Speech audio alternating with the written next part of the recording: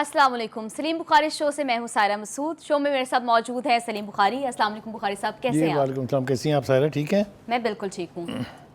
आपकी खुशी नज़र आ रही है हर साल। जी बिल्कुल। नस्र मिनल्लाहि व फतहन करीब। पूरी कौम को हमारी तरफ से फतह मुबारक।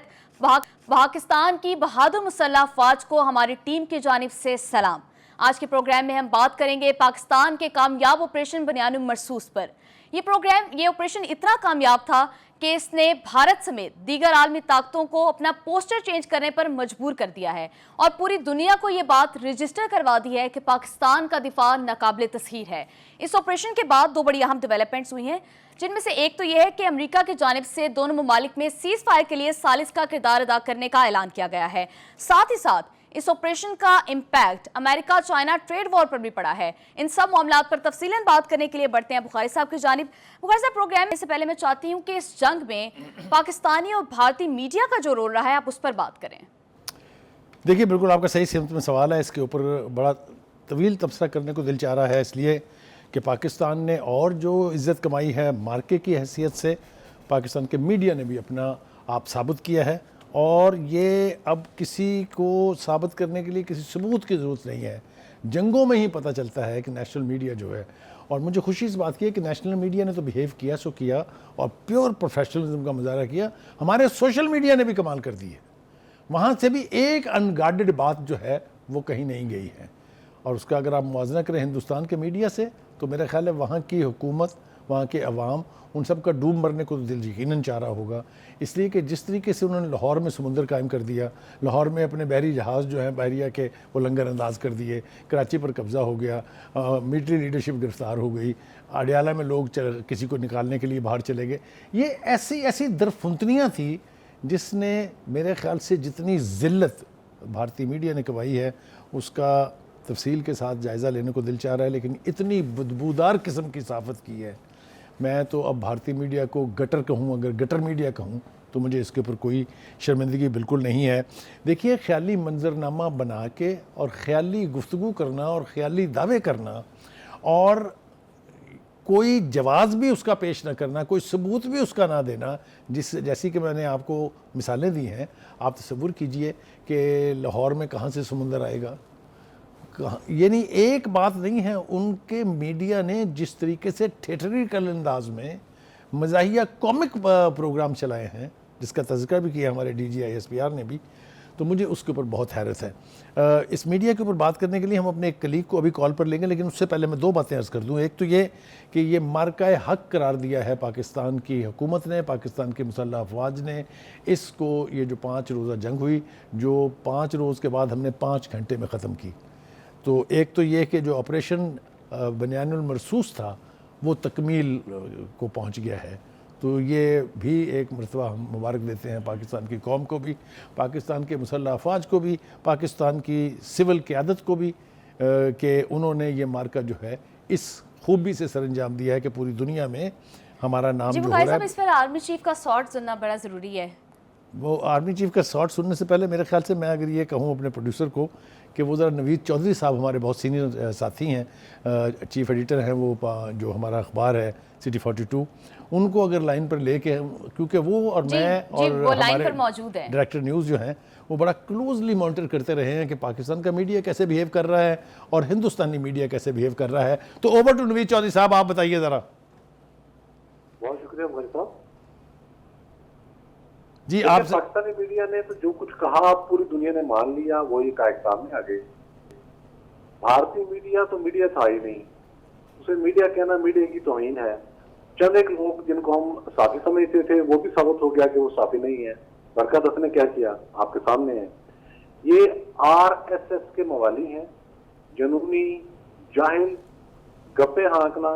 अगर कोई ये कंपटीशन हो कि बड़ी बड़ी छोड़ने में मुकाबला है, अगर तो वर्ल्ड कप कौन ले जाएगा, तो वो भारतीय साथी ले जाएगा। उन्होंने जिस तरीके के साथ अपनी क्रेडिबिलिटी को नेस्तो नाबूद किया है, बल्कि मैं यूं कहूंगा कि कीचड़ में मिलाया है, तो वो इतनी तज़ीक हुई कि अगले दिन चैनलों पर बैठ के खुद ही वजाहतें कर रहे थे।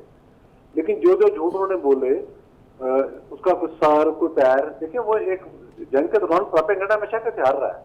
ये कोई नई चीज नहीं है, हमेशा से रहा है और कदीम जमाने से रहा है। खबर देने का अंदाज मुख्तलिफ होता था, लेकिन ये रहा है।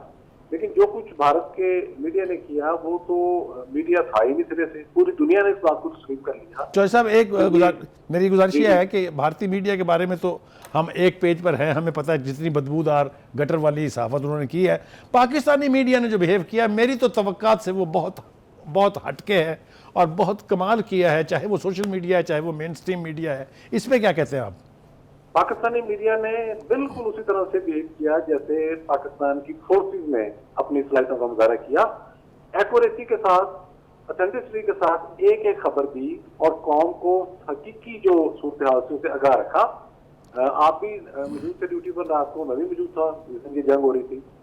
इंडिया का हमला और जब हमारा प्रश्न शुरू हुआ जवाबी, उसके बाद हमने मुकम्मल हक़ाइक़ कौम को बताए और पूरा मीडिया खराज तहसीन का मुस्तहिक है। प्रोफेशनलिज्म अपना कदम मनवा लिया इसमें। पाकिस्तानी मीडिया की जितनी तारीफ की जाए वो कम है इस वाले। जी नवीद चौधरी साहब, आपने इतना अच्छा और इतना डिटेल्ड किया, बहुत शुक्रिया आपका। देखिए, अब ये सूरत हाल ये है कि जो कुछ चौधरी साहब ने कहा, जो कुछ हमने उस दिन बैठ के इकट्ठे मॉनिटर भी किया इसको, मोदी की हुकूमत को और उसके मीडिया को अब अपनी क्रेडिबिलिटी बहाल कराने के लिए कई सालों तक इंतज़ार करना पड़ेगा। इसलिए कि पूरी दुनिया में उनका तमस्खुर उड़ा है। पूरी दुनिया जो क्लोजली मॉनिटर कर रही थी हिंदुस्तान के मीडिया को, उन्होंने देखा कि ऐसे ऐसे बड़े और बेवकूफ़ाना झूठ बोले गए कि जिसका तस्वुर भी जो है वो मीडिया में नहीं किया जा सकता। जी बुखारी साहब, बिल्कुल ठीक कह रहे हैं। इस तनाजुर में आर्मी चीफ का शॉट सुन लेते हैं, वो बड़ा इंपॉर्टेंट है। वो आप बात कर रही हैं उसकी जो उन्होंने कन्वेंशन सेंटर में तकरीर की। जी please. Fathers, they have sacrificed immensely, and we have sacrificed a lot for the creation of this country, and we know how to defend it. They must hear me very clearly now. You think terrorists, they can take away the destiny of the country from us? If this great Pakistani nation and the Pakistani armed forces, if 1.3 million Indian army with all their wherewithal, if they cannot intimidate us and they cannot coerce us, these terrorists can subdue the armed forces of Pakistan. Pakistan hamesha zindabad. वाह जी वाह, ये बात, ये तो हवाला हो गया। ये जंग शुरू होने से कोई कम से कम 10-12 दिन पहले फोर वॉर्न किया था आर्मी चीफ ने हिंदुस्तान को कि dare not, you can't do it, you can not snatch away Balochistan from us, you can not snatch away Kashmir from us. तो ये वार्निंग तो बहुत टाइम से थी, लेकिन जंग से क्लोज जो 2 वार्निंग्स दी गई उसका तस्करा करना भी बहुत ज़रूरी है। आर्मी चीफ ने कहा था, you start the war and we know how to finish it. तुम जंग शुरू करो, हमें यह पता है कि इसको ख़त्म कैसे करना है। और DGISPR अहमद शरीफ साहब ने कहा था, we are ready, don't test अस।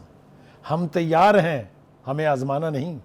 तो ये वॉर से, यानी वॉर वाले दिन कह लें या चंद घंटे पहले वॉर से ये मतलब कर दिया गया था। इन अल्फाज में छुपी है वो बात जिसने हमें फतह से हमकनार किया है। ये बात बेतुके अंदाज में या बगैर किसी जवाज के नहीं कही जा सकती। These are authoritative statements. तो मुझे इस बात की भी खुशी है कि हमारी जो आर्मी की लीडरशिप है उसने भी बड़ी जिम्मेदारी का मुजाहरा किया है।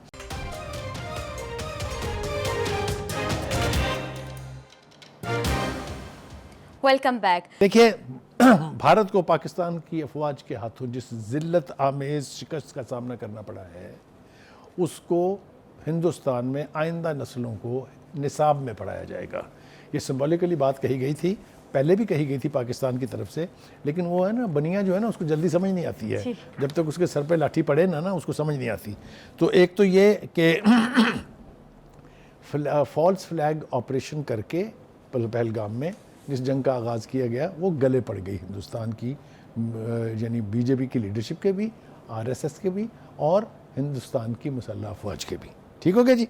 दूसरी बात ये है कि हमने जंग लड़ी है एक स्टाइल से, एक ग्रेस से। हमने शुरू करते हुए कहा कि 26 अहदाफ हैं हमारे, we will hit you exactly and precisely there. That is what we did. आप मुझे बताइए कौन सी फौज दुनिया में आपको ऐसी मिलेगी कि वो दुश्मन को वक्त से पहले अहदाफ बताए और फिर उन अहदाफ तक पहुंच के उनकी मुकम्मल बर्बादी करे। कौन से अहदाफ थे जी वो? मैं आपको एक बात और दावे से कह रहा हूँ कि ये अहदाफ मुकर्रर करके उसको हिट करना, 2 बड़ी आलमी जंगें हुई हैं दुनिया में, उसमें भी इसकी कहीं मिसाल नहीं मिलती है। हमेशा रिस्क लेती हैं एक दूसरे के खिलाफ फौजें जो हैं, लेकिन हमारी फौज ने इतना प्रिसाइसली पूरे का पूरा प्लान किया हुआ था, और उसकी जो एग्जीक्यूशन है वो 100% प्रिसिशन के साथ करना जो है ये एक आम बात नहीं है। आगे आ जाइए जनाब। वो कहते हैं कि सूरतगढ़, सरसा, पूंछ, आदमपुर, बरनाला, बठिंडा, ओंतीपुरा, श्रीनगर, उधमपुर और पठानकोट के बाद गुजरात के हवाई अड्डों को तहस नहस कर दिया गया।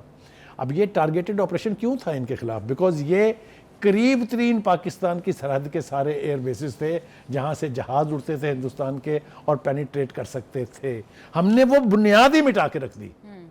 अब आप उसके पीछे जो एयरपोर्ट्स हैं वहां से आके पाकिस्तान में ऑपरेशन करके जाना आसान काम वैसे नहीं है। बुखारी साहब, हमारी तरफ से तो ये बात क्लियर थी कि हम सिविलियन आबादी को टारगेट नहीं करेंगे, मिलिट्री फैसिलिटीज को टारगेट किया अब जाएगा। आप देखिए आगे, मैं वही बयान करने लगा था। ये तो हो गया जनाब एयर बेसिस जहाँ से फिजाइया उड़ती थी जी। दूसरी तरफ आप देखिए कि हमने 2 फौजी brigades headquarters, not a small thing. उसके बाद जनाब हमने 2 S-400 सिस्टम्स, जिसके ऊपर भारत इतना अतराता था और जिसके बारे में कि ये रशियन मेड सिस्टम है जो इनविंसिबल है, उसकी हमने ऐसी तैसी फेर के रख दी, और हिंदुस्तान की फ़ौज और उसके जर्नल अब तक वो ज़ख्म चाट रहे हैं। मैं आपको यानी बड़े वसूख के साथ ये कह सकता हूँ। 40 से ज़्यादा पोस्टों से भारतीय फ़ौजी भाग गए सफ़ेद झंडियाँ लहरा के। ये तो हाल है उनका, ठीक है जी। और अगली बात यह है कि पाकिस्तान ने अपनी सलाहियतों का अभी सिर्फ 5% इस्तेमाल किया है। आई think that is a real warning and ultimatum कि वो जो हम कर सकते हैं अभी हमने उसका 5% इस्तेमाल किया है। अभी तो हमने फतेह 1 और फतेह 2 तक बात पहुंचाई है। अभी तो अब्दालीज और हतफ और अल्लाह का नाम मैं सारा बयान नहीं करना चाहता। अभी तो हमारे पास बहुत ऑप्शंस मौजूद हैं। तो मैं इत्तेफाक करता हूँ हमारी अपनी मिलिट्री लीडरशिप से, जिन्होंने कहा कि अभी तक हमने सिर्फ 5% जो है वो इस्तेमाल किया है। और ये बात भी मेरा ख्याल ये है कि जो फौजी ताला आजमा है हिंदुस्तान के लिए, उनके लिए एक मुसलसल डरावना ख्वाब रहेगी। ठीक है जी, आगे चलते हैं जनाब। देखिए हमने एक काम और किया। भारत ने रात के अंधेरे में छुप के एक बुज़दिल और कमीने दुश्मन की तरह से पाकिस्तान पे हमला किया। हमने न सिर्फ दिन की रोशनी में किया बल्कि बता के किया, get ready we are coming. ये आप ज़रा अंदाज़ा करें, ये कौन वो ईमान से पुर जो मुजाहिद होते हैं, जो इस्लाम के सिपाही की तरह लड़ते हैं, ये वही कर सकते हैं। ठीक है जी। दूसरी तरफ आ जाइए जनाब। जितने वादे किए थे मुसल्लह अफवाज ने पाकिस्तान की कौम के साथ जंग के शुरू होने से पहले, जंग के शुरू होते वक्त और जंग के खात्मे तक, एक एक वादा पूरा किया गया है। And they were very clear this time. हर चीज उन्होंने बिल्कुल क्लियरली पहले से बताई हुई थी। कोई इबहाम नहीं है, कोई इबहाम इसमें आपको नजर नहीं आएगा। अब आ जाइए जनाब आपकी उस बात की तरफ। सिर्फ पाकिस्तान के मुसल्लह अफवाज ने कमाल नहीं किया है, एयरफोर्स ने भी कमाल किया है। हमने ये टूर्नामेंट 6-0 से जीता है जी। हम तो 5 समझ रहे थे, वो तो हमें वो जो एयर चीफ है, एयर वाइस मार्शल जो है, उन्होंने बताया कि नहीं भाई ये 5-0 नहीं है 6-0 है। तो इसके साथ साथ आप देखिए नेवी कितना अतराते थे मोदी साहब और उसके फौजी जर्नैल कि हमारे पास विक्रांत एयरक्राफ्ट कैरियर है। वो इतनी दहशत थी पाकिस्तान की प्री प्लानिंग की कि न सिर्फ ये कि वो अपनी जगह से 1 इंच आगे बढ़ने की ज़रूरत नहीं की उन्होंने, बल्कि उन्होंने वहाँ से बैक ट्रैक किया, वापस वो किसी दूसरी बंदरगाह के ऊपर जाके लगनअंदाज हो गया। यहाँ एक और बात तारीख़ी एतबार से कहना बहुत ज़रूरी है। देखिए होता यह है कि जब भी कभी कोई फोर्स किसी भी एतबार से कोई हजीमत उठाए दुश्मन के हाथों, उसका मोरल उस वक्त तक अप नहीं हो सकता जब तक वो उसका बदला ना ले।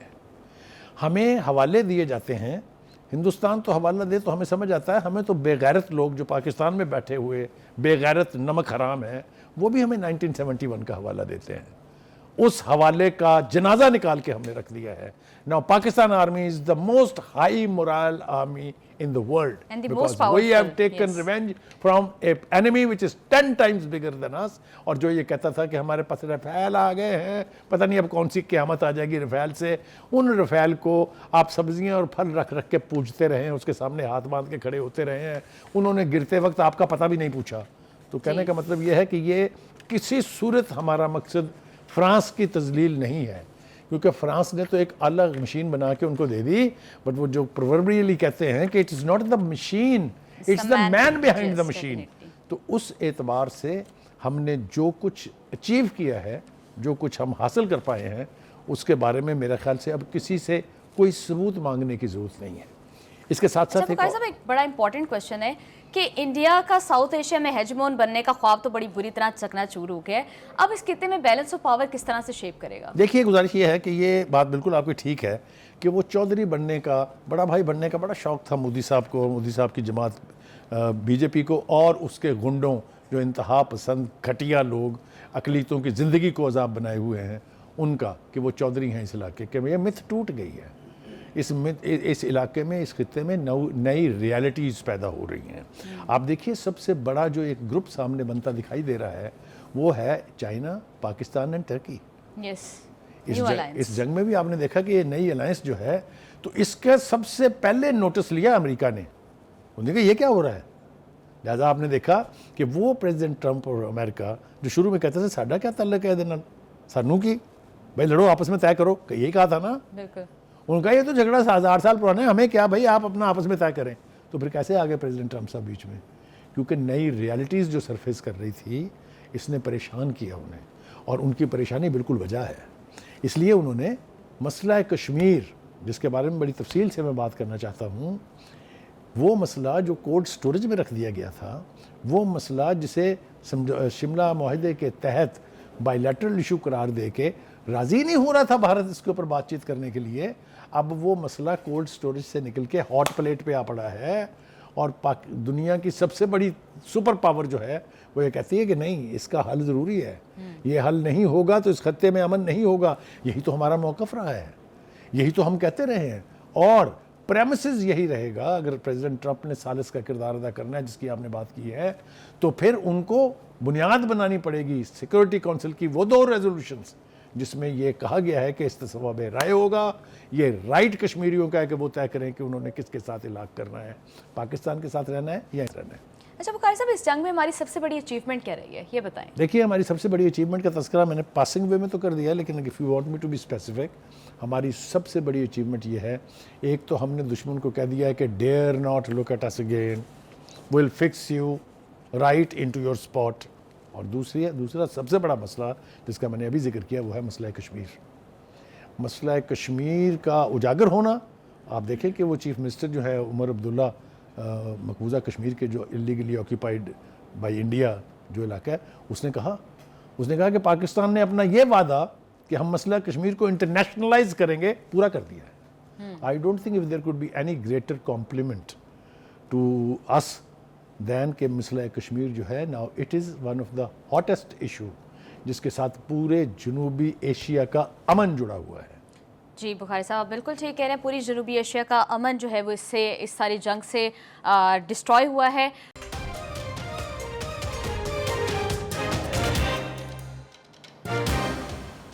Welcome back. अच्छा बुखारी साहब, इस जंग के हवाले से आलमी एक्सपर्ट्स और भारत के अंदर से ही साबिक जनरल जो सहाफ़ियों ने कमेंट्स किए हैं वो सुन लेते हैं, फिर आपसे उस पर डिटेल एनालिसिस लेंगे। जी बुखारी साहब बताएं। आप मुझे बताइए, इसके बाद कुछ कहने के लिए ज़रूरत रहती है। ये ओपिनियन मेकर्स हैं भारत के, खुद तस्लीम कर रहे हैं जिस हजीमत का, जिस ज़िल्लत का उन्हें सामना करना पड़ा है। इसी तरीके से इंटरनेशनल अरीना में अगर आप देखें तो दुनिया भर के डिफेंस एक्सपर्ट्स जो हैं, ख़ास तौर से जो यूरोपीय ममालिक के हैं, क्योंकि राफेल जो है वो तो फ्रांस ने बनाया, यूरोपीय मुल्क है वो, तो यूरोपीय ममालिक के जो डिफेंस एक्सपर्ट्स हैं वो भी इस वक्त बैठ कर सोचो विचार कर रहे हैं कि ये हुआ क्या है। और जैसा कि ये इस भारती ने कहा कि पाकिस्तान ने चाइनीज़ टेक्नोलॉजी को जिस तरीके से इस्तेमाल किया है, वो कहते हैं चाइनीज़ खुद भी नहीं कर सकते थे ये। I think that is the greatest compliment to our armed forces. कोई दो राय इसके बारे में नहीं है कि जिस तरीके से हमारी एयरफोर्स ने जो साइबर वॉर है वो लड़ी है। अभी तो हमने उसकी बात ही नहीं की है। 70% ग्रिड ख़त्म हो गए, उनके सारे जो सिस्टम थे वो जैम हो गए, जो उनके इंस्टीट्यूट थे जो वॉर के साथ मुंसलिक थे वहाँ उनकी वेबसाइट्स हैक हो गई। अभी तो वो एक अलग चैप्टर है, उसके ऊपर तो हमने बात ही नहीं की है। जो समझा जाता था कि पाकिस्तान शायद इसमें वीक है, हमारी मुसल्लह अफवाज ने उन लोगों को जिन्होंने चाइना से ट्रेनिंग की है, जिन्होंने खुद IT में एक्सपर्टी हासिल की है, को रिक्रूट किया है वो अब मुसल्ह अफवाज के साथ अटैच है, उन्होंने तो कमाल कर दिया, देव डन वंडर्स। आपने देखा प्राइम मिनिस्टर ने भी और आर्मी क़यादत ने भी उनको स्पेशल कॉम्प्लीमेंट्स पेश किया है, उनको स्पेशल ट्रिब्यूट दिया है। तो ये आवाज़ें जो हैं इनसे हमें बहुत हौसला मिलता है कि पाकिस्तान का चाइनीज़ टेक्नोलॉजी को इस्तेमाल करना और उसको इम्प्रोवाइज़ करना भी एक बात और रहती है।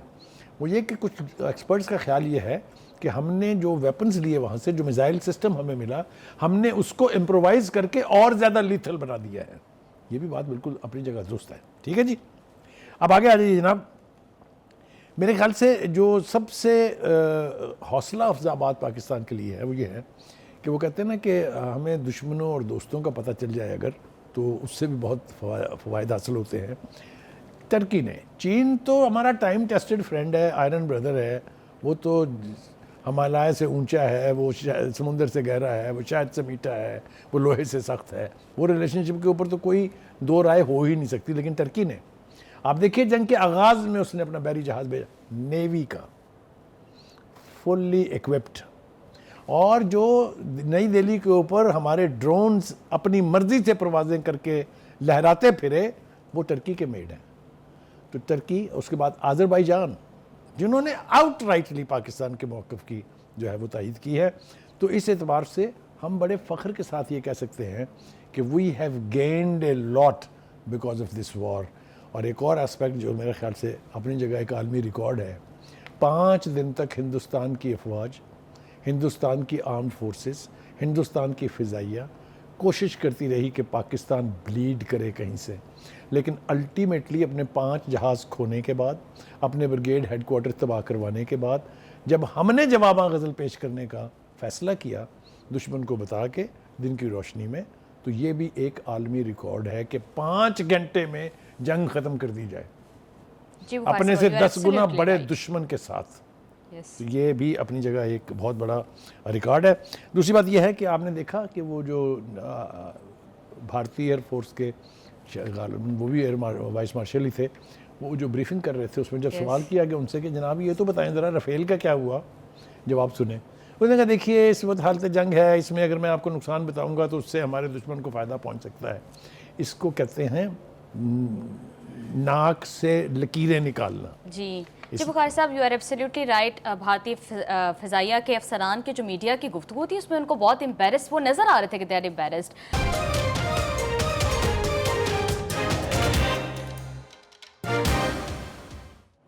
Welcome back. अच्छा बुखारी साहब, आज DGMOs का हॉटलाइन पर रब्ता हुआ है, इस रब्ते की सिग्निफिकेंस क्या है और अब इसकी आउटकम क्या होगी, इस पर ज़रा रोशनी डालिए। पहली बात तो यह है कि वो हिंदुस्तानी क़यादत जो सीज़ फायर नाम की किसी चीज़ पे बात करने के लिए तैयार नहीं थी, वो आज बैठ के उनके मीडिया में जो लड़ाइयाँ हो रही हैं वो हमारे सामने आपस में एक दूसरे के गिरेबान पकड़ रहे हैं। यहाँ तक कि वो ऑफ एयर एक माइक ऑन रह गया, उसमें वो रिपोर्टर कह रहा है कि आप पहले कहते हैं हमसे कि फ़ेक न्यूज़ चलाओ, जब वो चल जाती तो अब हमें कहते हैं फ़ेक न्यूज़ क्यों भेजी थी। मतलब है इस तरह की लड़ाइयाँ हो रही हैं कि मैं आपको बयान नहीं कर सकता, ये भी दुनिया में कभी किसी ने नहीं देखा होगा। और एक बात मैं भूल जाऊँगा, फतेह 1 फतेह 2 की जो गूंज थी जब वो जो फ़िज़ा में बुलंद होते थे, उसने मुझे याद दिलाया कि 1965 की वॉर में शेरनी और रानी ये हमारी गन्स थी जिन्होंने लाहौर के महाज पर और सियालकोट के महाज पर चिविंडा में कब्रिस्तान बनाया था हिंदुस्तान के टैंकों का। तो ये मुझे और दूसरी तरफ हम देखते हैं तो F-17 थंडर और J-10 और P-15 मिसाइलों की जो गूंज, जिसे पंजाबी ज़बान में शुक्र कहते हैं, वो हिंदुस्तानियों को बहुत देर तक याद रहेगी। आज ये जनाब जो DGMOs की मीटिंग हुई है उसके अंदर ये फैसला हुआ है कि तमाम किस्म की फायरिंग, ज़मीनी, बहरी और फ़िज़ाई कार्रवाइयाँ जो हैं ये फौरी तौर पर रोक दी जाएंगी और जंगबंदी का इतलाक़ आज शाम 5 बजे से होगा और एक और मुलाकात 12 मई को होगी। तो ये तो अब ऑन गोइंग प्रोसेस है। बुनियादी तौर पर जंग बंद हो गई है, दोनों फरीकों ने मान ली है जंगबंदी, तो इसमें तो अब इसके आगे जो कुछ होगा वो देखेंगे। लेकिन इससे पहले बुखारी साहब, आज 12 मई है और आज राब्ता हो गया है दोनों में हॉटलाइन पर। जी, वो एक तो राब्ता हो गया, अब इसके बाद एक मुलाकात और होगी, यानी ये मुलाकातों का सिलसिला अब जारी रहेगा, क्योंकि ये एक दिन में या एक मुलाकात में ख़त्म होने वाला सिलसिला नहीं है। मेरे ख्याल से बहुत नाइंसाफ़ी होगी अगर हम अपने उन पाकिस्तान की मुसल्लह फ़ौज को हमने कम्प्लीमेंट दे दिया, हमने जनरल आसिम मुनीर को कम्प्लीमेंट दे दिया, लेकिन जिस टीम ने पूरी कौम को मतले रखा minute to minute, moment to moment, जिसकी क़यादत कर रहे थे जनरल अहमद शरीफ जो DGISP हैं, माई कॉम्प्लीमेंट्स टू हिम। मैंने तो उन्हें एक मैसेज में ये तक कहा कि जब भी ये 5 रोज़ा जंग जो है इसका तज़किरा आएगा, ये कौम जब भी इसको याद करेगी तो आप भी याद आएंगे। ये हमारे जो तीनों जर्नैल थे, जनरल अहमद शरीफ, एयर वाइस मार्शल औरंगज़ेब और एडमिरल रब नवाज़, इन तीनों ने जिस कमाल एक्सपर्टी के साथ, जिस कॉन्फिडेंस के साथ कौम को मतले रखा है, वो मेरे ख्याल से उसकी अगर तारीफ़ न की जाए तो बहुत ज़्यादती होगी। अब देखना ये है कि भारत इसके बाद हाउ इट कंडक्ट्स इटसेल्फ। क्या वो दरफुंदनियाँ छोड़ने की आदत तर्क होगी? क्या पाकिस्तान की अहमियत को, पाकिस्तान की क़ुव्वत को वो रिकग्नाइज़ करके आइंदा बाज रहेंगे? हमने ख्वाजा आसिफ ने बहुत खूबसूरती से कहा कि हमने सिर्फ उनसे 3 चीज़ों पे बात करनी है। पहली मसला कश्मीर जो अब उजागर हो गया है, दूसरा आबी जारियत जो उन्होंने सस्पेंड की है, ये जो इंडस बेसिन ट्रीटी थी, और तीसरी जो वो दहशतगर्दी में मुलव्वस है पाकिस्तान में और उसकी जो प्रॉक्सीज़ यहाँ पर काम कर रही हैं, चाहे वो BLA है चाहे वो BFA है, इन सब के हवाले से बात होगी और किसी बात पर बात नहीं होगी। लेकिन राना सनाउल्लाह ने एक बहुत इंपॉर्टेंट बात की है। उसने कहा है हिंदुस्तान की क़यादत चाहे वो मोदी की हो, चाहे वाजपेयी की हो, चाहे उससे पहले की हो, वो वादा करके मुकर जाते हैं, वो तय करके मुज़ाकरात की टेबल से भागने के आदी मुजरम है। तो वो कहते हैं बहुत ज़्यादा तवक्का वाबस्ता नहीं कर लेनी चाहिए कि वो बैठ के हमारी बात सुन लेंगे, लेकिन चूँकि बातचीत का रास्ता हम मानते हैं कि इसके अलावा कोई हल नहीं है, जंगें किसी चीज़ का हल नहीं है, तो हमें इंतज़ार तो करना पड़ेगा कि इन मुलाकातों के नतीजे में अमन कायम होता है कि नहीं होता है। और मसला कश्मीर जो है वो इंटरनेशनल एजेंडे पर तो आ गया है, उसके ऊपर डिबेट शुरू होती है कि नहीं होती है। ये हैं वो 3 ऑब्जेक्टिव जो हमें अब आने वाले दिनों में हिंदुस्तान से मनवाने हैं। और आई टेल यू, जो कुछ हमने साबित कर दिया है हिंदुस्तान के ऊपर, मुझे पूरी तवक्को है कि हम इसमें भी कामयाब होंगे। अच्छा बुखारी साहब, इस जंग में भारत की जानिब से एक और महाज खोला गया है जो बलूचिस्तान और KP में उन्होंने प्रॉक्सी वॉर किया, उस पर ज़रा बात देखिए, मैंने पहले कहा आपसे कि उनसे बात होगी तो इसी उनके मुलव्वस होने के हवाले से जो वो BLA को सपोर्ट कर रहे हैं, वो अजीत डोवल साहब जो उनके कौमी सलामती के मशीर हैं, उन्होंने वो जो एक सेल खोला हुआ है, इसका मतलब है CPAC को तबाह करना, और वो उसके लिए हमने पकड़ रखा है उनका आर्मी का नेवल का सर्विंग जो कमांडर था कुलभूषण।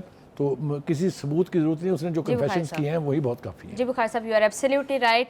नाज़रीन, हमने कोशिश की कि इस 5 रोज़ा जंग के हर एस्पेक्ट को आपके सामने रखा जाए। अब इसमें हम किस हद तक कामयाब हुए हैं ये फैसला आपने करना है। शो का वक्त खत्म हुआ जाता है, आपसे मुलाकात होगी कल। Stay with us. पाकिस्तान जिंदाबाद, पाक अफवाज पाइंदाबाद।